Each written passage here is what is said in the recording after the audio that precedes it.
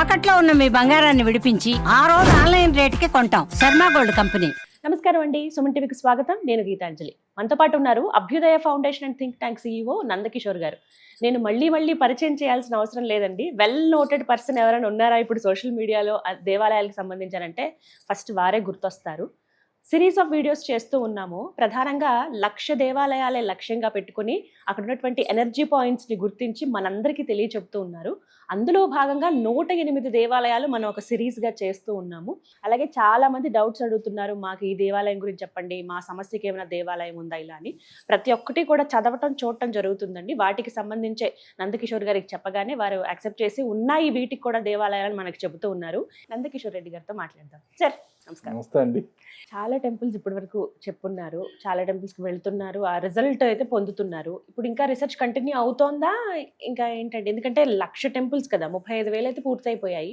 మరి next journey next start చేసాం, parallel గా చేస్తున్నాం. ఓకే. ఇప్పుడు దాకా మన దాంట్లో స్టార్ట్ చేసినప్పటి నుంచి ఇప్పుడు దాకా మళ్ళీ ఒక 53 మాత్రమే తిరగగలిగాం.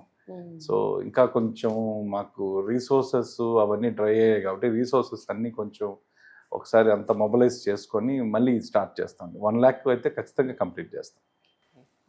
మాదైతే అన్నిటి గురించి తెలియాలి ముందు, వీళ్ళ కోసమనే కదా. అందుకే అంటే ఎటువంటి స్వార్థం లేకుండా మీరు లోక కళ్యాణం కోసమే ఇవన్నీ చేసేది ఒక మహాయజ్ఞం అనే చెప్పాలి సార్. సార్ చాలా రిక్వెస్ట్లు వస్తూ ఉంటాయి. పేరెంట్స్ అసలు ఎన్ని మెసేజ్లు పెడతారో సార్, మా పిల్లలు ఇలా అండి, మా పిల్లలు ఇలా అండి, వీళ్ళు ఏమైనా మార్చొచ్చా. మొండి పట్టుదల మంకు పట్టే పిల్లలు ఉన్నారండి, వీళ్ళని మార్చాలా అని చెప్పి అడిగితే నేను అనుకున్నాను, అంటే వీటికి కూడా టెంపుల్స్ ఉంటాయని మనం అనుకుంటాం కదా సార్, ఏంటి వీటికి టెంపుల్స్ అని. అలా అడిగిన వాటిల్లో టీనేజ్ పిల్లలు ఫోన్ అడిక్ట్ అయిపోయారు. టీనేజ్ ఏంటండి, చిన్న వయసు నుంచే పిల్లలకి ఫోన్ అలవాటు చేశారు, దానికి తగ్గట్టుగా వాళ్ళందరూ అలా అలవాటు పడిపోయారు, ఫోన్కి బాగా ఎడిక్ట్ అయిపోయారండి. అలాగే చెప్పిన మాట వినరు, పేరెంట్స్కి ఎదురు చెప్తున్నారు, బాగా మొండిగా తయారయ్యారు. వీళ్ళల్లో మార్పు తీసుకురావచ్చా, ఏదైనా దేవాలయానికి వీళ్ళని తీసుకువెళ్తే మార్పు వస్తుందా అని చాలా మంది పేరెంట్స్ రిక్వెస్ట్. ఇది కూడా మనం ఇంత మునుపండి మనం చెప్పిన దాంట్లో వ్యసనాల పైన ఒక వీడియో చేసాం. అవును సార్. నెరిపురేశ్వర ఆలయం, ఆ తర్వాత మైసూర్ దగ్గర ఒక ఆలయం, శనేశ్వరుని ఆలయం, ఇవన్నీ కూడా. ఇది కూడా మొబైల్ అడిక్షన్ అనేది ఇది కూడా ఒక డోపమైన్ డిజార్డరే అండి. ఇది కూడా ఒక డిజార్డరే. ఈ డిజార్డర్కి మన మందులతో పాటు ఆ భక్తి అలాంటివి ఉంటే కొంచెం ఈజీ అండి. అందుకే మనకు ఆధ్యాత్మికత ఎక్కడ ఉపయోగపడద్ది అంటే మన నిజ జీవితంలోనే మనకు ఉపయోగపడద్ది. అదేమో ఆధ్యాత్మిక వేరు కాదు, నిజ జీవితం వేరు కాదు. సో ఈ ఆధ్యాత్మిక అనేది కొంచెం అలవాటు చేసుకుంటే ఇలాంటివన్నీ కూడా మనకు తప్పించుకోవచ్చు. సో దీనికి సంబంధించి మీరు అడిగిన దానికి సంబంధించిన ఆలయం ఏదన్నా ఉందంటే, చెన్నై ఎయిర్పోర్ట్ నుంచి ఒక 10 kilometers దూరంలో లక్ష్మీ హయగ్రీవ స్వామి ఆలయం ఉందండి. హయగ్రీవుడు కావాలి వీళ్ళకి. వీళ్ళ డోపమైన్కి కరెక్ట్ మెడిసిన్ ఇచ్చే ఆయన ఎవరన్నా ఉన్నారంటే హయగ్రీవ స్తోత్రం. ఎప్పుడు కూడా ఈ హయగ్రీవ స్వామి నంగనల్లూరు అంటారండి. ఇతనున్న ప్రదేశం పేరు నంగనల్లూరు. ఇది చెన్నై ఎయిర్పోర్ట్ నుంచి ఒక 10 నుంచి 15 kilometers దూరంలో ఉంటుంది. సో ఇక్కడ వచ్చే వాళ్ళందరూ కూడా ఏ విధంగా వస్తారు అంటే, టీనేజర్స్ మాట వినడం లేదని, స్టడీస్ మీద ఫోకస్ చేయడం లేదని, ఆ తర్వాత చదువులు సరిగ్గా రావడం లేదని, 24 గంటలు మొబైల్ చేతిలోనే ఉందని, ఇలాంటి వాళ్ళు అందరూ కూడా ఇక్కడ స్వామి దగ్గరికి వచ్చి ప్రార్థన చేసి, ప్రార్థనతో పాటుగా ఇక్కడ నోట్బుక్లు ఇస్తారండి స్వామికి.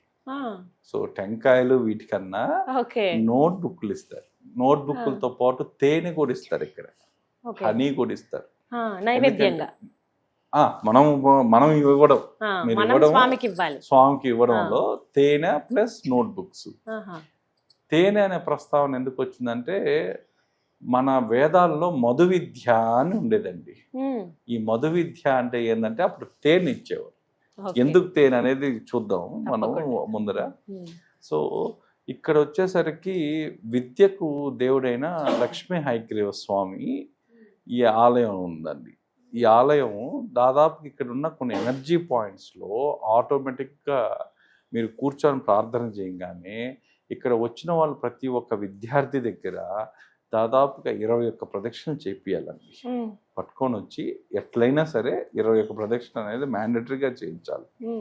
ఇక చేయించడం వల్ల వాళ్ళకి ఏమవుతుందంటే అండి, ఆ స్పీడ్ అంటే గుర్రం అంటేనే స్పీడ్, అది speed plus focus plus stamina, ఈ మూడు కూడా మన మెదడులో అవి ఆటోమేటిక్గా యాక్టివేట్ అవుతాయి. దీని దగ్గర వచ్చి ఎదురుగా కూర్చొని దాదాపుగా పిల్లకాయలండి 2 చాయిస్లు ఉన్నాయి ఇక్కడ.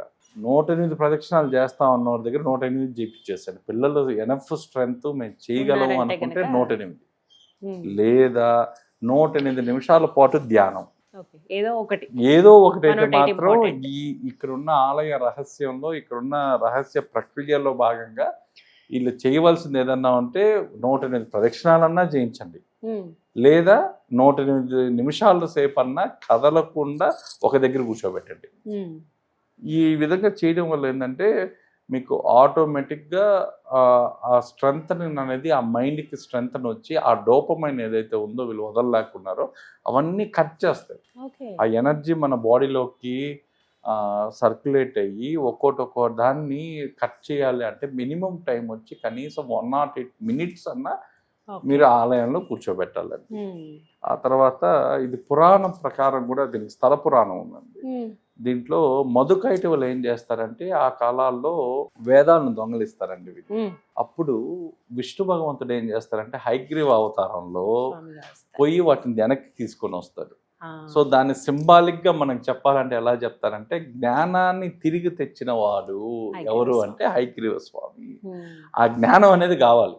సో ఆయన తిరిగి ఆ ప్రదేశంలో తిరిగి తెచ్చాడు కాబట్టి అక్కడికి రాగానే మీకు ఆటోమేటిక్గా ఆ జ్ఞానానికి సంబంధించింది ఏదన్నా ఉంటే ఆటోమేటిక్గా అవి యాక్టివేట్ అవుతాయి. అందుకే ఆయన్ని హయగ్రీవ స్వామికి ఇంకొక పేరు కూడా ఏముంటుందంటే జ్ఞానాధిపతి అంటారు. జ్ఞానానికి అధిపతి ఆయన, జ్ఞానాధిపతి, లార్డ్ ఆఫ్ నాలెడ్జ్ అంటారు యాక్చువల్గా. సో మీకు ఇక్కడ ఆలయంలో దీపం పెట్టంగానే అదంతా లెర్నింగ్ మోడ్లోకి ఆ బ్రెయిన్ అనేది యాక్టివేట్ అవుతుంది దీపం వెలిగించగానే. అందుకే ఇక్కడ వాళ్ళు ఒక ప్యాటర్న్ ఫాలో అవుతారండి.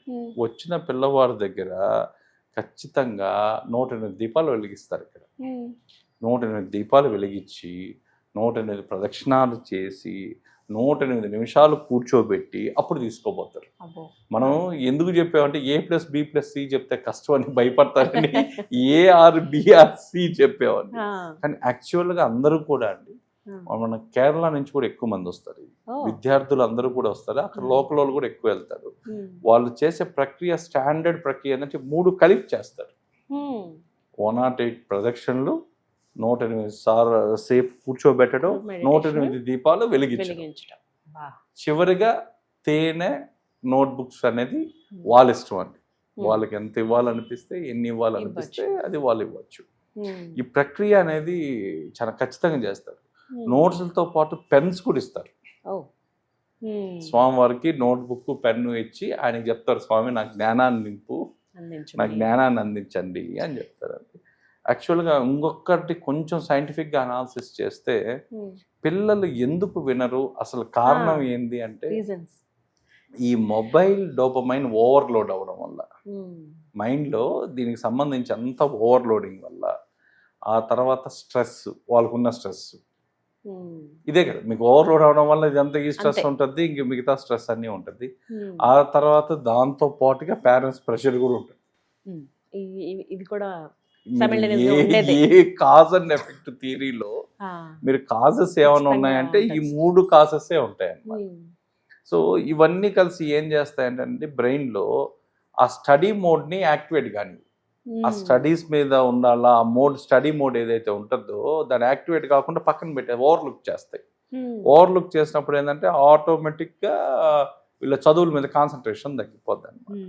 సో అందుకనే అండి హయగ్రీవ స్వామిని కొలవడం వల్ల హయగ్రీవ స్వామి ఫోటో ఖచ్చితంగా ప్రతి ఒక్కరి ఇంట్లో ఉండాలని. ఎందుకు ఉండాలి అంటే ఆ టీనేజర్ పిల్లకళ్ళకి కానీ ఎవరికన్నా కానీ ఆ జ్ఞానాన్ని ఇచ్చేవాళ్ళు హయగ్రీవ. ఆ హయగ్రీవ స్వామి వారి పటం ఖచ్చితంగా ప్రతి ఇంట్లో ఉండాలి. మనం ప్రతిరోజు కూడా మనకు కావాల్సిన జ్ఞానం చాలా అవసరం కాబట్టి అది ఖచ్చితంగా ఆయనకి దీపం వెలిగించి అక్కడ మనం దండం పెట్టుకోవాలండి. సో ఇది టీనేజర్స్కి ఏం చేస్తుంది అంటే ఆ డోపమైన్ ఇంబ్యాలెన్స్ ఏదైతే ఉందో దాన్ని బ్యాలెన్స్ చేస్తుంది. అది ఫస్ట్ బ్యాలెన్స్ అవుతుంది. ఒకవేళ మేము ఈ దేవాలయానికి మేము రాలేము, మేము ఇంట్లోనే ఉండి వెళ్ళలేని చేసుకుని పరిస్థితి వెళ్ళలేని పరిస్థితిలో ఉమ్. మా పిల్లవాడు చెప్పినా రాడు, ఉమ్. వాడు మాట వినడు అనుకుంటే అప్పుడు ఏం చేయాలి అంటే జనరల్గా వ్యాధి ఒకరికైతే మందు ఇంకొకరు మింగాలి. అంతేనా? తప్పని పరిస్థితి పేరెంట్స్. తప్పని పరిస్థితి.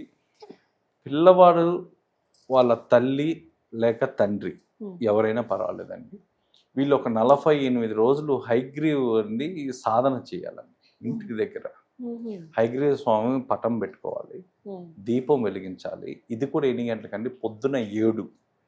మామూలుగా అయితే 6, 7.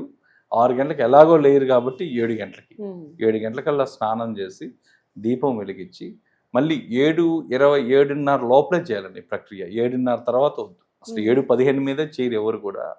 కానీ 7:15 అనేది లాస్ట్.